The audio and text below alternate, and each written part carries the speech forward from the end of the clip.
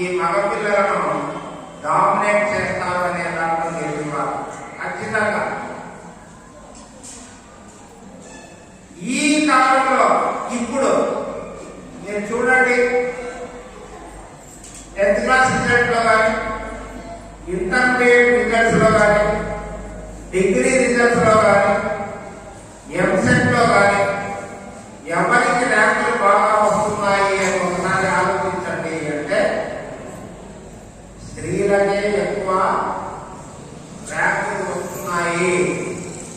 అంటే ఏమనుకుంటుంది, పురుషుడి కన్నా స్త్రీకి మానసిక శక్తి ఎక్కువ ఉంది అని అర్థం. ఖచ్చితంగా పురుషుడి కన్నా స్త్రీకే ఎక్కువ శక్తి ఉంది.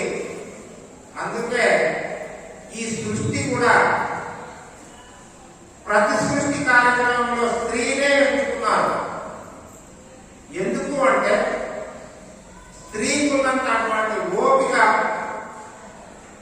క్షమ, ధైర్యము ఇవన్నీ పురుషుడికి లేవు. పురుషునికి శారీరక శక్తి ఎక్కువ ఉందేమో కానీ పురుషుడిని ఈజీగా ఓడించవచ్చు స్త్రీ.